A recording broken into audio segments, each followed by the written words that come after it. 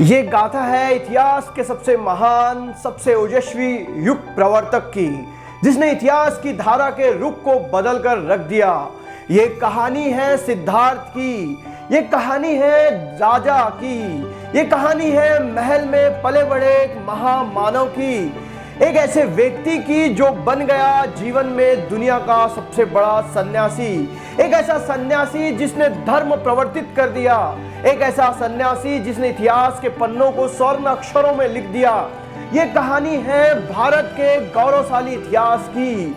ये कहानी है एक ऐसे बालक की जो अपने माँ को सपने में हाथी के रूप में दिखा। ये कहानी है ऐसे एक बालक की जो राजा का पुत्र था। ये कहानी है ऐसे एक बालक की जो 29 साल तक महलों में रहा, भोग विलास में रहा। ये कहानी शुरू होती है आज से 2500 साल पहले, जब भारत में वैदिक संस्कृति हुआ करती थी। ब्राह्मणों ने अपने शिक्षा के और अपने अध्ययन के भाग को छोड़कर यह बताना शुरू कर दिया था कि इस दुनिया से मोक्ष सिर्फ तप और कठोर तपस्या से ही मिल सकता है, अन्यथा कर्म कांड के द्वारा ही मिल सकता है।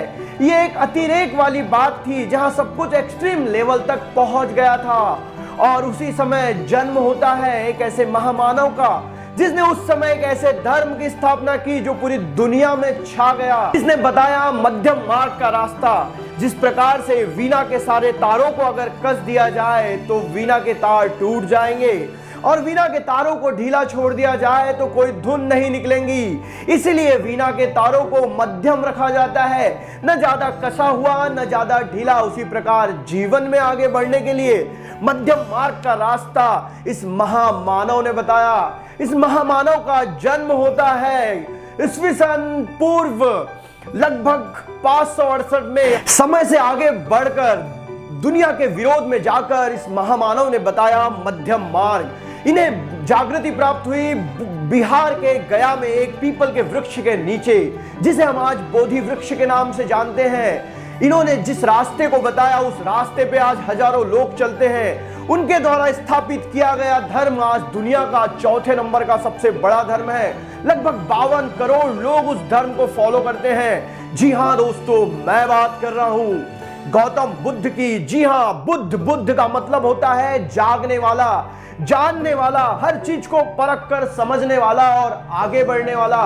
बुद्ध का मतलब होता है बुद्धिजीवी। और इस बालक को 49 दिन की कठोर तपस्या के बाद प्राप्ति हुई बुद्ध की, जी हाँ, सखोल ज्ञान की। और जिस जगह ये ज्ञान प्राप्त हुआ उस पीपल के वृक्ष को आज हम पहचानते हैं बोधि वृक्ष के नाम से। और उन्होंने अपना पहला प्रवचन दिया उत्तर प्रदेश के वाराणसी के पास सारनाथ में, जिसे धम्म प्रवर्तन चक्र कहा गया। मानव लगभग 80 साल की उम्र में इस दुनिया को छोड़कर चले गए, जिसे हम महापरिनिर्वाण के रूप में आज मनाते हैं। जी हाँ, मैं बात कर रहा हूं गौतम बुद्ध की और गौतम बुद्ध के सारे जीवन क्रम की।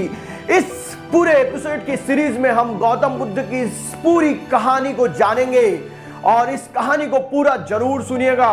गौतम बुद्ध जिनका जन्म होता है शाक्य गणराज्य में, जिनके पिता शुद्धोधन शाक्य गणराज्य के राजा हैं। और जब गौतम बुद्ध का जन्म हुआ तो पहले उनके मां के सपने में एक हाथी उन्हें फूल देता हुआ दिखता है। और जब ज्योतिषों को बुलाया गया और उनसे इस स्वप्न की व्याख्या करने के लिए कहा गया तो उन्होंने बताया कि ऐसा बालक जन्म लेगा जो बालक एक तो महान पराक्रमी राजा बनेगा या फिर सन्यासी बनेगा। और एक दूसरी जातक कथा यह भी कहती है कि गौतम बुद्ध का जब जन्म हुआ तो बहुत सारे ज्योतिषों को बुलाया गया और ज्योतिषों ने जब उस बालक को देखा तो उसे देखते ही रह गए।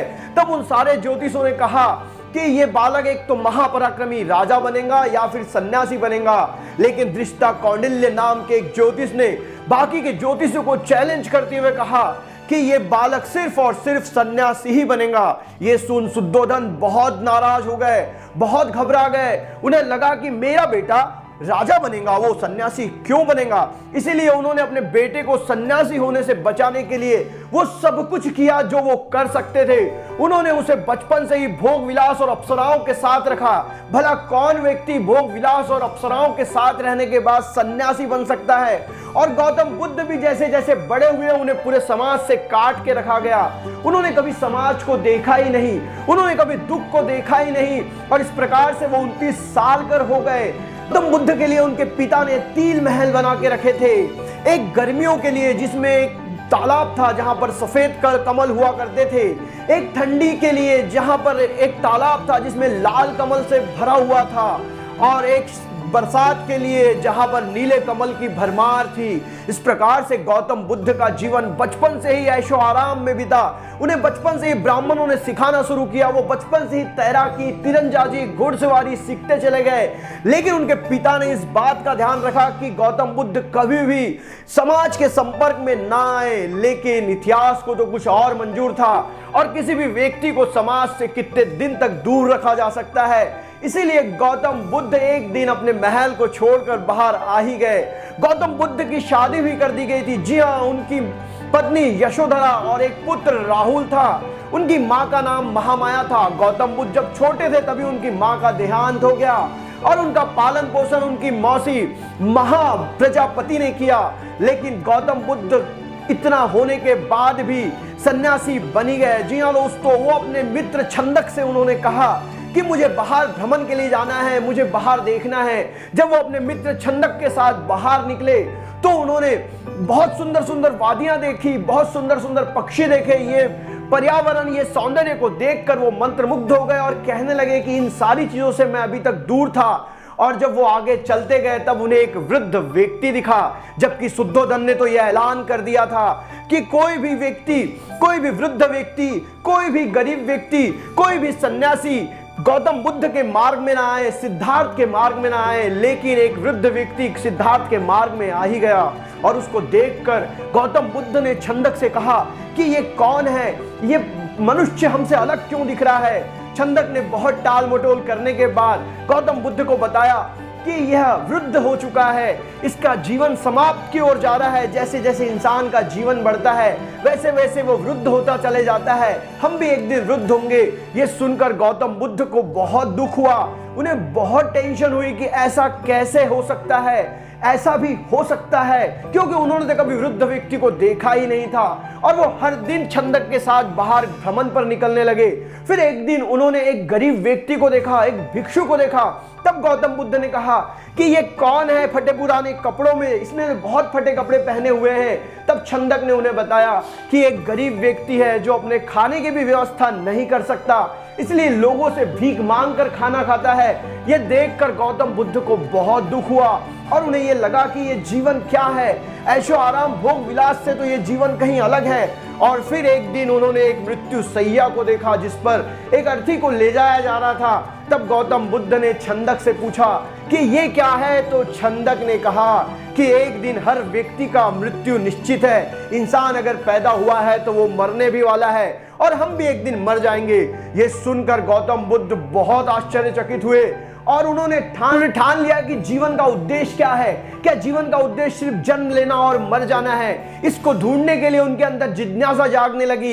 एक राजा का पुत्र जो ऐशो आराम में था, लेकिन वो इन चीजों को ढूंढने के लिए ललायित हो गया, और उन्होंने अपने महल का त्याग कर दिया। दोस्तों, गौतम बुद्ध के जीवन में आगे क्या हुआ, इसको हम अगले एपिसोड में जानेंगे। मैं रोज सुबह 7 बजे गौतम बुद्ध की एक नई कहानी लेकर आऊंगा। तब तक के लिए अलविदा, जय हिंद, वंदे मातरम।